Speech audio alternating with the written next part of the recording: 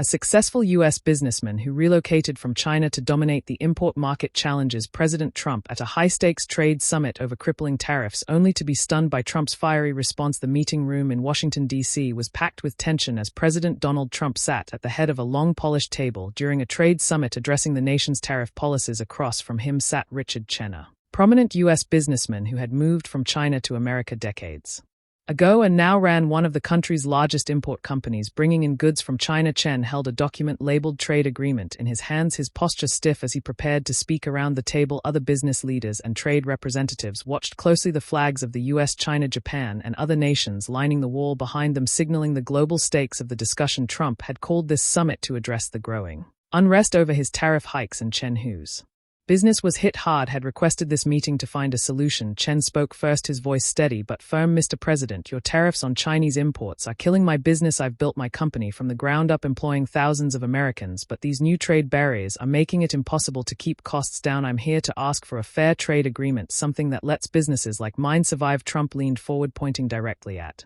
Chen, his tone sharp and commanding.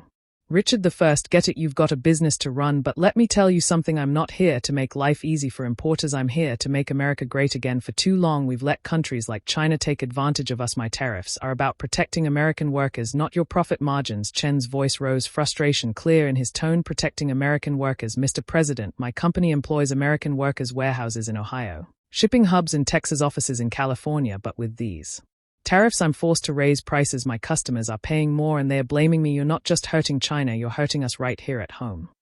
Trump didn't back down, his voice booming across the room. "Don't give me that, Richard. You're passing the buck. You want to talk about hurting Americans? Let's talk about how your cheap Chinese imports have been undercutting American manufacturers for years. I've got steel workers in Pennsylvania, auto workers in Michigan. They're the ones who've been hurting. My tariffs are leveling the playing field. If you can't handle the heat, maybe you need to rethink your business model." A trade representative from Japan interjected, trying to ease the tension. "Mr. President, perhaps there's a way to balance this. Mr. Chen's company does contribute to the U.S. economy. Could we consider exemptions for businesses that employ a certain number of American workers?" Trump turned to the representative, his tone dismissive. "Exemptions? That's what got us into this mess in the first place. Everyone wants a special deal, a loophole, a way to keep the old system going. Not on my watch. If Richard wants to keep importing, he's got to figure out how to do it without relying on China to prop him up. We're bringing jobs back to America, not sending them overseas." Chen shook his head, his voice growing more urgent. "Mr. President, I moved to this country because I believed in the American dream. I built my business here, paid taxes here, created jobs here.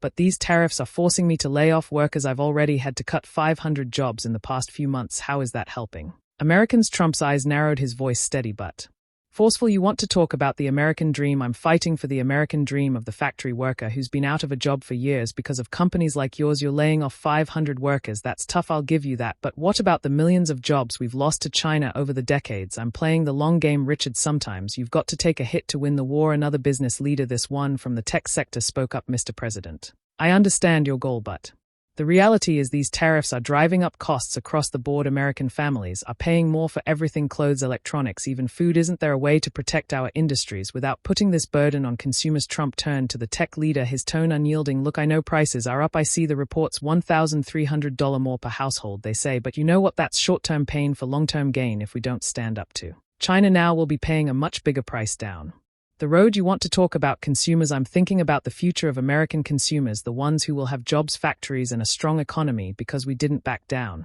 Chen leaned forward, his voice now a mix of desperation and defiance. "Mr. President, I'm not asking for a handout. I'm asking for a fair chance. My business isn't just about profits. It's about the people who depend on me. I've got suppliers in China who are struggling, American workers who are losing their jobs, and customers who are walking away because they can't afford the new prices. Give me something to work with, a trade agreement that lets us find a middle ground." Trump shook his head, his voice firm. "Middle ground? There is no middle ground when it comes to America's future. China's been playing us for fools for too long, stealing our technology, dumping their goods, manipulating their currency. You want a trade agreement? Go tell China to stop cheating. Until they do, my tariffs are staying and I'm not budging." Chen tried again, his tone softer but still determined. "Mr. President, I've been in this business for 30 years. I know how trade works. I know China's not perfect. They've got their issues, I'll admit that, but completely shutting them out isn't the answer. We need trade to keep the economy moving. Can't we at least negotiate a phased approach, lower the tariffs gradually while we work on a better deal?" Trump's response was immediate, his voice cutting through the room. "Phased approach? That's just a fancy way Of saying let China off the hook. I've seen how this works, Richard. You give them an inch, they take a mile. I'm not here to negotiate with cheaters. I'm here to win for America. If China wants to talk, they know where to find me, but they better come with a deal that puts America first, or they are wasting my time. A European trade representative spoke up, trying to mediate. Mr. President, Mr. Chin has a point about the broader economic impact. Global supply chains are interconnected. If businesses like his collapse, it could trigger a ripple effect, more layoffs, higher prices, maybe even a recession. Can't we find a way to address these tariffs without risking that? Trump turned to the representative, his voice unwavering. Ripple effect. I'll tell you about a ripple effect. For years we've let China flood our markets, and the ripple effect was millions of American jobs lost, factories shuttered, communities destroyed. I'm stopping that ripple effect. If that means some businesses have to adapt, so be it. America's worth it. Chen's voice grew more heated, his frustration boiling over. Adapt, Mr. President. I've spent decades building relationships with suppliers in China. I can't just switch to another country overnight. It's not that simple. You're asking me to throw away everything I've worked for. Give me a break. Work with me here. Trump stood up, his chair scraping against the floor, his voice commanding the room. I'm not asking, Richard. I'm telling you, you've had your break for years, profiting off a system that screwed over American workers. Now it's time to step up or step aside. My tariffs are about making America strong again, and if you can't get on board, that's your problem, not mine. Chen tried one last time, his voice almost pleading. Mr.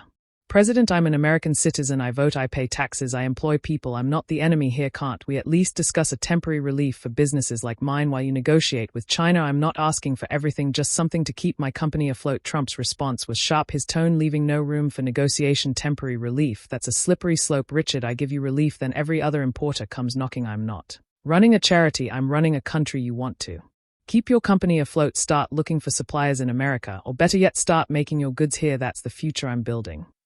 The room fell silent, the other representatives and business leaders unsure of what to say. Chen stared at Trump, his expression a mix of defeat and frustration. Trump turned toward the door, his security detail stepping forward to escort him out. He paused for a moment, looking back at Chen one last time. You've got a choice, Richard. Get with the program or get left behind. I'm not changing my tariffs for anyone, not China, not you, not anybody. With that, Trump walked out of the meeting room, leaving the trade agreement untouched on the table. The room remained quiet, the weight of his words hanging in the air. As Chen sat back in his chair, the fight drained out of him. If this moment grabbed your attention, don't forget to subscribe to Legendary Stories for more gripping tales of power, politics, and drama. Drop your thoughts in the comments. What do you think of Trump's stance on tariffs? Let's keep the conversation